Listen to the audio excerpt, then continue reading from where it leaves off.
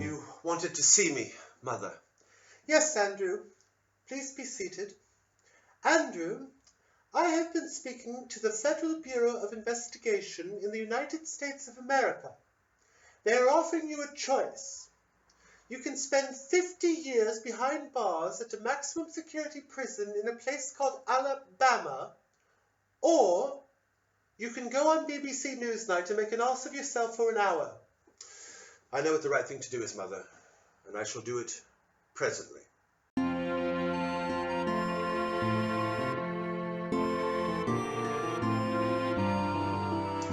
Your Highness, thank you so much for agreeing to do this interview. I know that you were anxious to come on and discuss your very important charity work.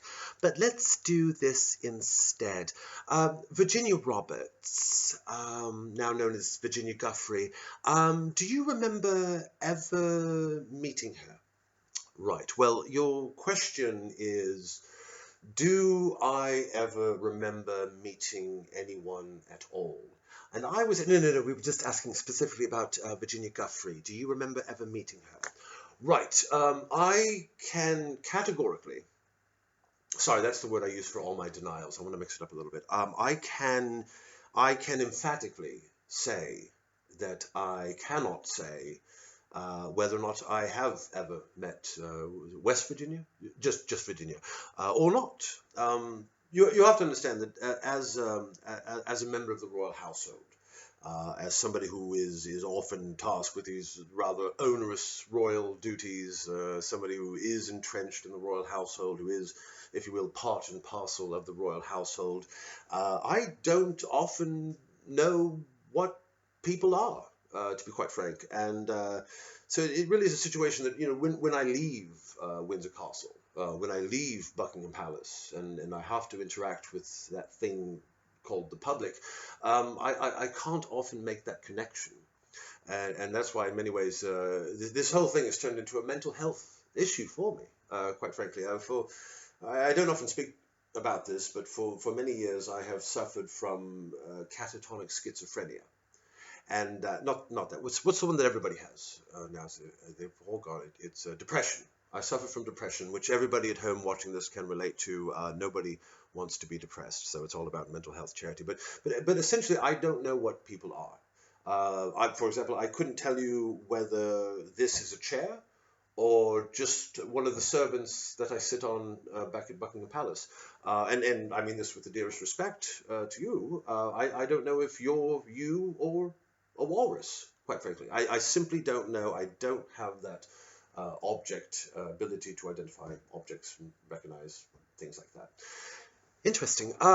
So, well, despite your denial of having met Virginia Roberts, now Virginia Guffrey, she has made several claims against you. One of them being that apparently the two of you, according to her, were at a nightclub in London, and that you were dancing, and according to her, that you were drinking, and as she says, sweating quite profusely. Well, there's another thing that I don't often discuss. In fact, I've never discussed it before at all, and this will come as a surprise to many people watching who've known me over the years. But I can't sweat. I simply cannot sweat, and apparently this was a reaction to a nervous reaction. It was a reaction to a nervous reaction at discovering that my name was being associated with Jeffrey Epstein in the press. So the Falklands War, when I was shot at.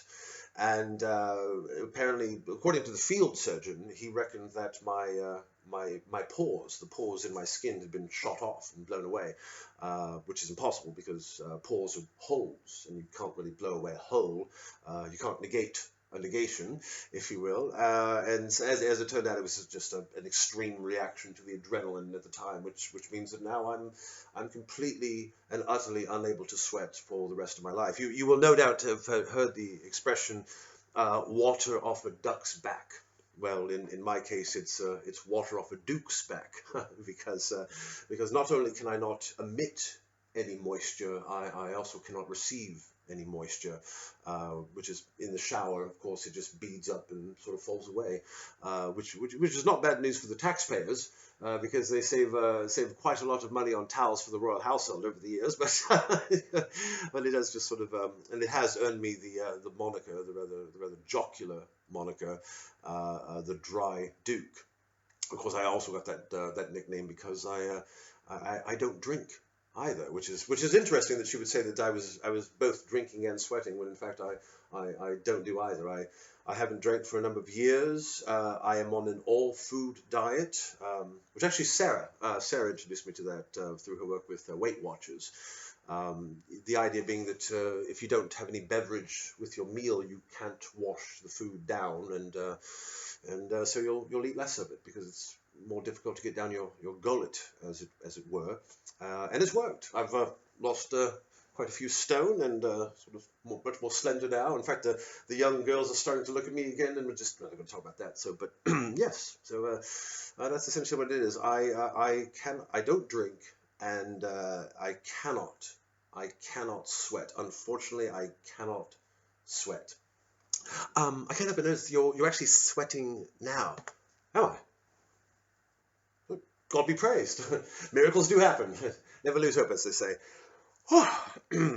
Right. I want to draw your attention to this photograph of somebody who appears to be you with Virginia Guffrey, at that time Virginia Roberts. Do you recognize the person in the photograph? Oh, absolutely. That's me. That's good old me. And I'll tell you one thing. I am bally well glad that I can recognize me in a photograph. That's one of the things that I am most grateful for. I can recognize myself. I get up in the morning, I look in the mirror, and I don't say, "Oh, there's Donald Duck," or in my case, Donald Duke, if you will. I recognize myself, and I'm very grateful for that. And I'm grateful for two reasons. Firstly, I'm grateful that I see any reflection at all, because I know that I don't want to be a vampire, and I'm fairly certain that the rest of my blood relations in the royal household don't want me to be a vampire either. So jolly well good for that. But I'm also grateful that I am able to see the correct reflection, because in my worst nightmares, I do sometimes think how horrid it would be to look in the mirror and see the reflection of a builder. But luckily, I look in the mirror every morning and I see the face of somebody who doesn't have to work, and that's a very comforting feeling, and I am exceedingly grateful for that. So yes, of course, I recognize that that's me. Yes, I'm not going to deny that. Of course, that is me, and so that is you. And I just want to point out that it does seem to be your hand touching. Aha! But there's where the real question lies as to whose hand that truly is, or whether in fact that was there, because that is the gist of the nub of the quandary, of the question of the query, indeed of the inquiry, is whether or not that is my hand. Who can say? So are you suggesting that this photograph may in some ways have been doctored, if you will, or altered? I'm saying that that's a possibility. And, for the people who might be a bit skeptical to hear me say that, to be, the cynics amongst us who might hear a claim like that and think that that's incredulous. Is that the right word? Incredulous. I would simply draw their attention to the fact that, a few years before he passed on, Michael Jackson, a wonderful child molester, pop singer icon, musician, role model for children icon, had a video where people's faces were going, and for those who haven't seen that video, there's Terminator 2. There was a peace officer, complete liquid, just going, and so to all the naysayers and the cynics, I would say that you look at that and you see people's faces going, to me it seems like child's play. To take my hand and stick it in a photograph, whereas before there had not been a hand. So I don't see why it wouldn't be possible. And I will say this, for the people that are responsible for this, that they had a bally good understanding of my hand, because even I was convinced, because every little knuckle and hair and everything is perfect. You can't tell the difference. So, a great bally big hand to them for that. But at the same time, it's also a sad commentary, I think, on the social media generation, that, unfortunately people with too much time on their hands can figure out things to do with my hand, and it's rather unfortunate. Okay, I'm rather excited. Thank you for that. I know this must be difficult, but I think my last question is, following Jeffrey Epstein's conviction, you personally went out and stayed with him at one of his residences, and well, why? What the was the right? Okay, well, yes, there is really no way to answer that question as to why I would do something like that without getting a bit personal. And I don't want to get too psychoanalytical on here, but the truth is, I don't want to make this all about the victims. A lot of this has to do with me as well. So I would say the reason that I did that was many years ago, when I was a much younger man than I am today. We're all getting on in years, aren't we? Blood. I was a young man, and I was deeply in love with a girl named Poppy, and she was my soulmate. She was my everything. I adored her, and one day, inexplicably, Poppy was gone. She simply vanished from my life, and it was only years later that I discovered that her real name was Diana, and that she had married my brother and died in a car crash in Paris. Now, that didn't bother me. What bothered me was that she never said goodbye, and there was that lack of closure.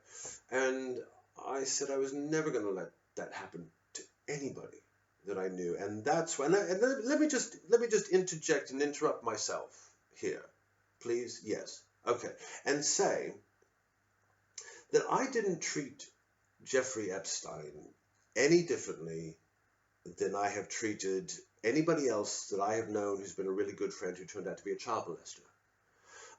Every time that I find out a very close acquaintance of mine is convicted for child molestation, I don't reach for the phone.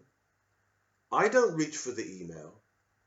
I hop on a plane and I go to wherever they are in the world, whether that's New York or Paris or Maple Leaf, Florida, or Butterscotch, Indiana. It doesn't matter. I go where they are, and I put myself up as a guest at their house, and then I sort of, bide my time until the moment's right, and then I invite them for a walk in the park.